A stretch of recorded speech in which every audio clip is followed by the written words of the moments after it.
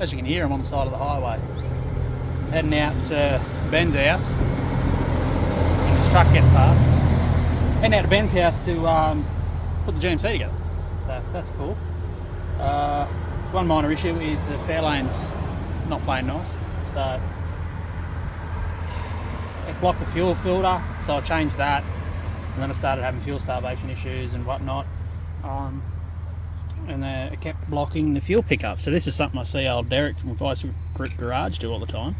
Cut open a fucking fuel filter because that's bonded to the cap, and then just make a big filter sock. So whatever sticks to that, when the ignition's off, will fall off, and if it sticks on one spot, it's not going to stick on the other, and it sort of floats a little bit. If I had tools, I'd probably cut that tube down a bit and then put it a bit closer, but fuck it. So I'm going to put this back in. We'll catch you after the intro. Hopefully, I'll be with the GMC. Or if not, I'll still be here fucking around. Or probably on another part of the highway. Yeah, anyway, we'll see what happens.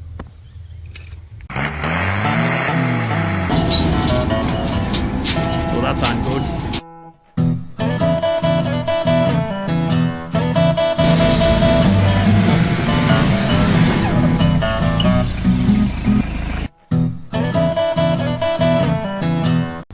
All right, smile, wait for the flash. Oh, we got prime, sounds good. Out of gear, yep. Ah, stop it.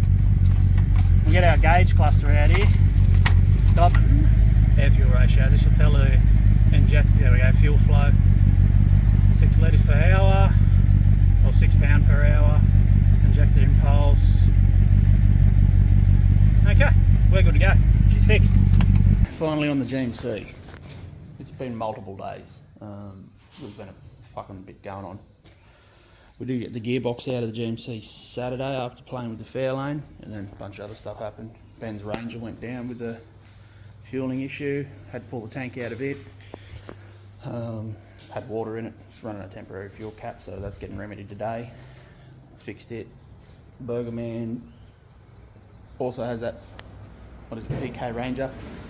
He come down to get me to reshim the valves in this bike over my house, and then driving home it done a head, so he bought another one, and it don't run either. So we were there yesterday diagging that to work out what's wrong with it. The high pressure pump's dead in it, and also had to pull the fuel tank out of the Fairlane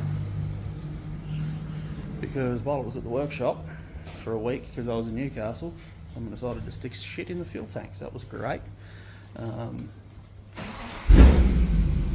About the only car that is running is Ben's F truck.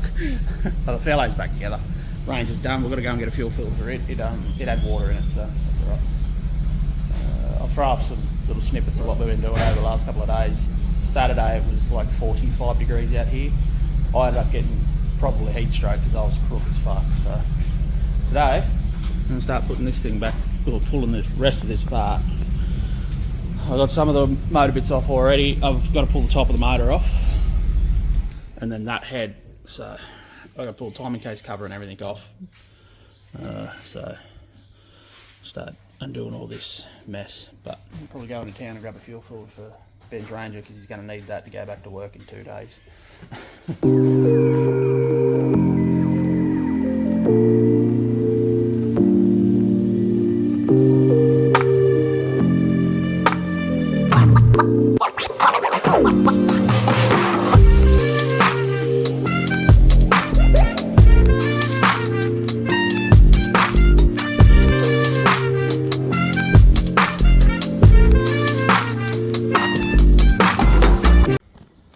That was a fucking struggle. You got the intake manifold off. Man, I gotta get it, like, hopefully Ben's got a vacuum cleaner because there's like rat shit and all sorts of stuff in there. But check this out. I've actually brought the other intake up from the parts motor I bought. So this is the one that's off the engine. Have a look at the big single plane. The one I brought, it's a dual plane. So I'm thinking of putting that one on there. I'll do some research. I'm thinking about putting that one on there because longer intake runners normally make more torque. And the bolt pattern and everything's the same on the top, so I can just pull that off, put my studs in, and I can run the factory air filter. I just got to plug one of them ports up in the side, which isn't too major.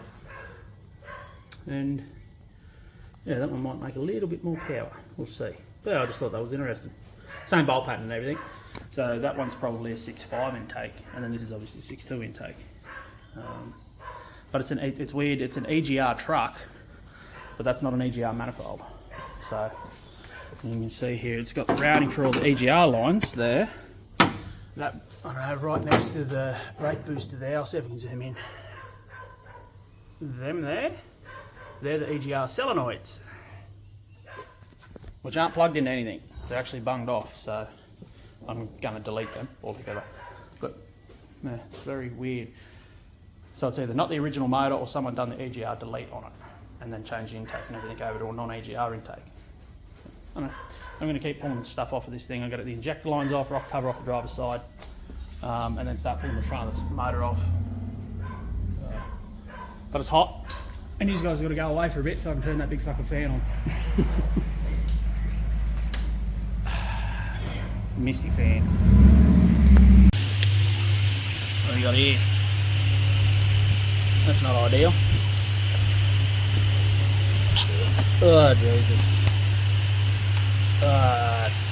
That's really bad. It doesn't have a thermostat in it.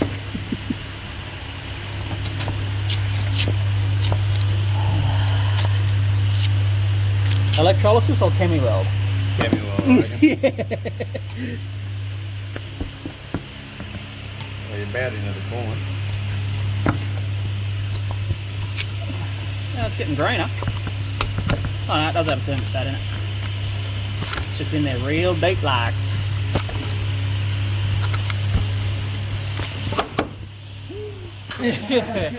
That is not ideal. There we go. Needs a thermostat housing. Well, so be it. Shouldn't be surprised with fucking old cars, I guess. I need to get out from under this monitor, it's hot as fuck. Alright, so, a bit croaky as you can hear because we decided to go back to the pub yet again. Can't imagine why. I've got a little bit more done on the GMC. I'm going to do a bit more on it today and then I've got to head home. So, because I've got to be in West Wyalong for work tomorrow. Yeah, water pump and everything off. Annoying thing is, I only wanted to pull one side and set injector lines off, but the way the orientation they are on the pump, I had to basically pull them all off, which was pretty fucking annoying. So yeah, they're all sitting in a big pile there. And then pulling the radiator hoses and that also, I'll get the fan shroud and fan off. Thermostat housing just like melted basically. Thermostat stuck shut. That bypass hose ripped. The radiator hose is ripped. So now I've got to order all the radiator hoses for it. I've got to order a water neck and a thermostat. Needs the timing chain as well. So with this far into it, Ben's convinced me to rip the second head off too. Because there's a bunch of shit in the water ports as well. So we're just going to do both head gaskets. Another head gasket, another set of studs, because I only ordered enough studs for one side. Because to get back into doing the head, you've got to pull it back this far apart again to do the second head. So we're just going to do the head while we're here. So I've got all the parts anyway, so I'm not too fast. I'll try, before I head off today, I'll get both heads off now. I don't know if I'll have time to put the crank and the rod in it though, because I do have to get home sometime before, you know, fucking 1 in the morning tomorrow. So he's just over there getting me a drink because I'm dusty. Yeah, they had cases of hard solo on sale at the pub for $100 a brick, so we went halves in one of them and went literal halves in one of them, just fucking drinking it. So can't imagine why. Did I show you that? Once I got the intake off, that fuel feed line's fucking kinked off, so I've got to build another one of them, or I'm thinking of cutting it down and reflaring it and getting that to work. But yeah, so I've got to pull. I've got it rolled over to top dead center on that, but I just got to double check it's in the right orientation before I pull the harmonic balancer off. Then I can take the gear off of the injector pump, get the timing case cover off, cam gear, cam chain out of it, and then that'll be about it for the pulling the crank out. And then yeah, we'll get both heads off this fucking thing.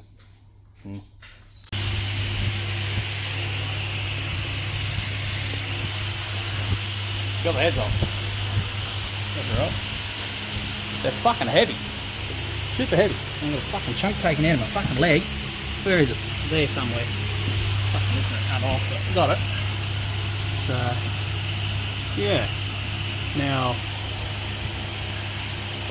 put everything in the back of it, clean up the boards and have a bit of a look at them, and then go home, because I've got shit to do tomorrow. But, yeah, at least that's off. I've got a list of extra parts I've got to order, so I'll get them ordered, get them sent here, and then when it all turns up, then I'll put it all together. But until then, that's about it.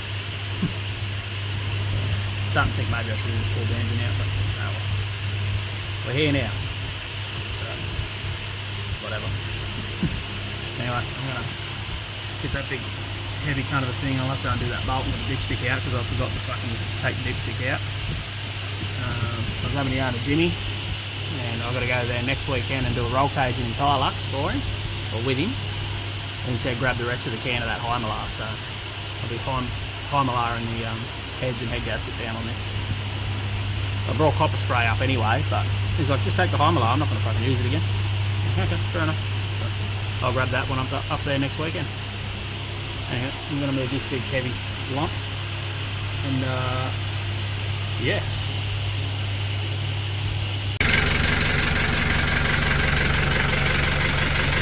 Right, Dad's truck's back in action. So I didn't really talk about this, but got a call late Sunday. This is Dad's only daily driver, the F78.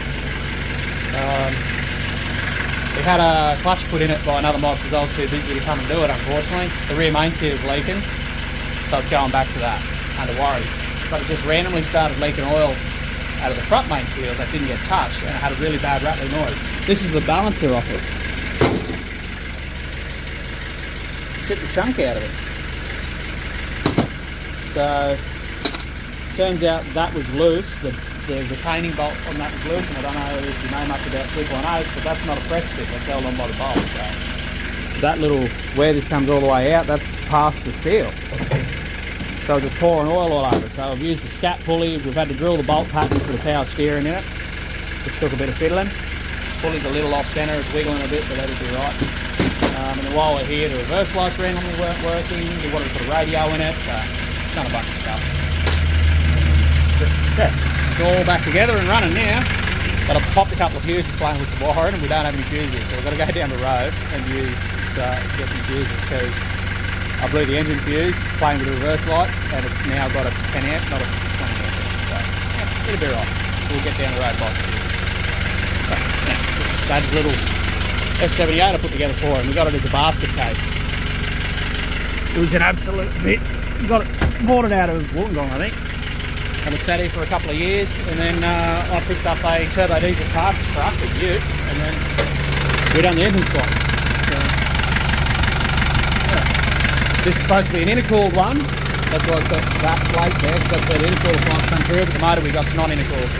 The man he drives it, he's not going to need an intercooler. So, yeah. And it's on 33s and with stock wheels and just wound up suspension, so it gives that pretty factory, what do they call it in the States, OEM Plus or some fucking thing. Yeah, it looks pretty fat. Alright, so we're up here at Jimmy's because he wants to go really fast. So to go really fast, needs a cage and a chute, so we're sorting the chute out. Jim Bob grabbed his old bender he had back in the day and sold, so he picked that up and then bent all this tube up. I just welded it out. I got to knock all the fucking dags off it. The tech guy is going to come. He's got to tech it before the cage is painted, so make sure there's no bend, no joints in any tubes or anything like that. So Jimmy's just in there. We've got to weld plates to the floor. Minimum 8mm, we went 10 because that's all I had. So he's welding them, they're going to be threaded and tapped, then there's going to be foot plates that go on the bottom of the legs of the tube.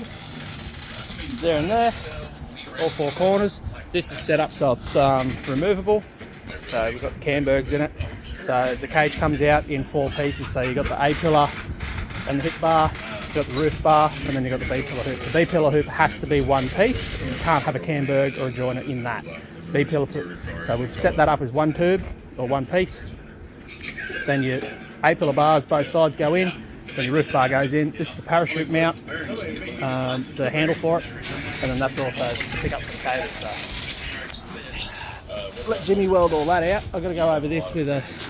We used the anti-spatter, but it didn't really work. So you can see it's spattery as. Got to give it a pretty good clean up. There's a couple of welds I'm not real happy, so I'll gouge them out and re-weld them. Some of the notches were a little bit gappy, so I just had to try and fill it, and then because I feel that the weld's not a nice looking weld, it's a bit of a sunk back, so I'll clean all that up, and wherever it looks shit I'll just fix it. But yeah, and then this is the diaper for the auto trans, because he needs to run to go the class or the speed that he's doing. He has to run a diaper around the auto in case it explodes, and then a full belly pan, engine and gearbox included, so if it does explode it doesn't drop shit all over the track. So yeah, so he's got four of them plates to weld in. I'll grab the grinder with the sanding wheel and I'll just knock some of these dags off, the spatter and that, and clean up. So that weld's a bit lumpy there because that's where a tack was. And it's like some of the tacks were a bit big. I probably should have ground them out, but I didn't tack the cage up. Jim Bob did, so cheer up, we'll get it. But yeah, he's got to weld the plates in, take photos of it first. So everything's got to have photos, and then old mate comes out, checks the cage, makes sure it doesn't have any joins in it, and then we can paint it, clean it all the way up, paint it and all that. I'm just going to knock some of the spatter off it pretty much. And then just go over it, make sure everything's welded. Because I already missed 2 welds as it was. I went to give Jimmy the welder. I was like, oh, I didn't weld that part. Give me a minute. Yeah. So, should be right.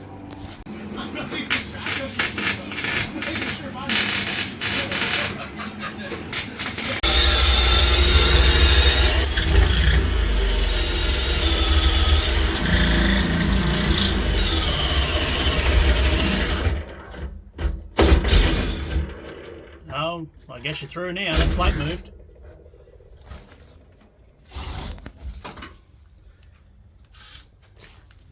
I'll make sure I put that back, because that's engine mount. Engine mount bolt? The gear. That fell out. That's not ideal.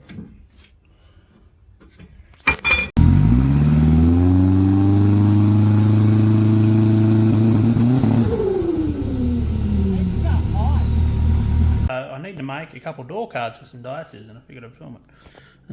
The timbers were gone, and they're normally like a chipboard. Actually, it's out there. Can I zoom in a little bit? Yeah, it's out there. It was all warped and rooted, so I just used it as a template. And instead of using chipboard again, I've gone with a bit of ply because it's going to last a bit better. 2 for Sarge, and then a passenger side one for Dads. So just got to contact cement some parts on there. It's got originally there was foam around here. That's where the inner door handle is. There was foam around there to sort of make the plastic bezel seal. So I just cut up another little ring of the vinyl there, and then I've got all my vinyl cut. I cut them when I done Dad's driver's side. I just didn't have the timber and then forgot about it. So there wasn't much to do today, and I don't want to sit on my ass doing nothing, so I figured let's do some door cards. So I'm going to brush on some contact cement here. And start putting this thing together. The ply is going to be a bit better too, because the cardboardy timber shit, it was super absorbent, so I had to do like 2 or 3 coats of contact cement to actually get it, contact cementy. Where this is just going to be much better. And it was only a couple dollars more for the sheets than the actual fiberboard stuff. So now that it doesn't get like rolled around the edge or anything, it's literally just padding. So you don't have to be too wild with it. Move the tin over, grab this out and brush a bit on here. This takes a fair bit of contact cement because it's like got porous shit on the back of it. You see it'll just wet up. It takes a bit. Yeah. So.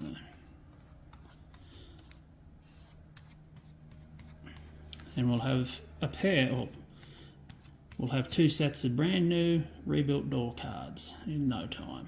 Well, it takes a bit of time for the glue to set off. I've got a bunch of, to clamp it down, got a bunch of bulldog clamps.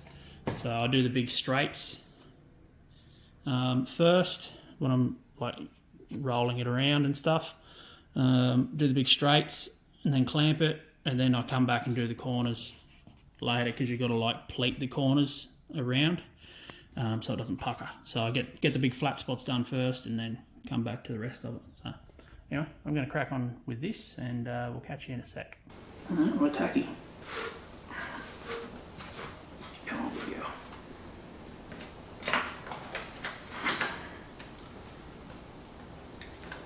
There we go.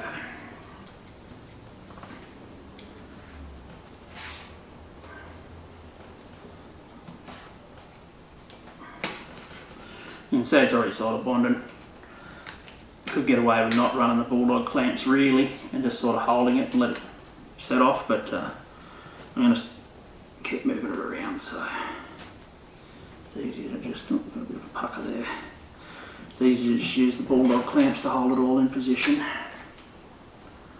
And I'll push that pucker out. Done. There we go. Easy as that. And we'll have a door card glued up, you know. I'll keep cracking on with this, we'll show you the finished product in a little bit. I don't bother putting any holes in it yet, in the actual vinyl, because I'm pulling it so much. As you can see, like, I don't know if you can see that, when I cut the vinyl off my template, I've pulled it now 10mm this way. So I've had to cut that hole will be in the wrong spot. So I just go through with a wad punch once they're done, and then I just punch the holes that I need. Trim that one off, obviously out with scissors. The ones that need to be punched are like these 3 down here, the 2 at the top, and then your 2 door handles, window winder, and that's clearance for the window winder mechanism. That's clearance for bolts holding the door frame together. That one, and that one. It's actually got metal clips that clip it in to the door frame. And then obviously these ones are all the bolt holes. So that's also a clearance hole there too. That's why I don't have to worry about pulling the vinyl up into it, because it's literally the bolt's holding the window mech here, and then that's the bolt holding the window slide in. So otherwise it'd sit on top of it. So they just drill it through. So in a factory die, with a factory door card and that, you can actually, if you push, you can actually feel the bolt heads in there. There's no like shield or anything. They've just done that so they sit flat. Anyway, I'm going to keep gluing this up. Alright, we're all glued down. So pull all these bulldog clamps off. That'll look our finished result, eh? Put all them in there. Look at that.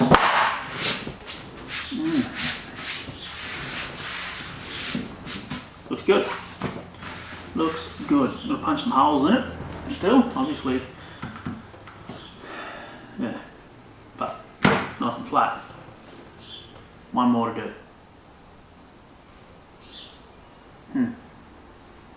But take some time.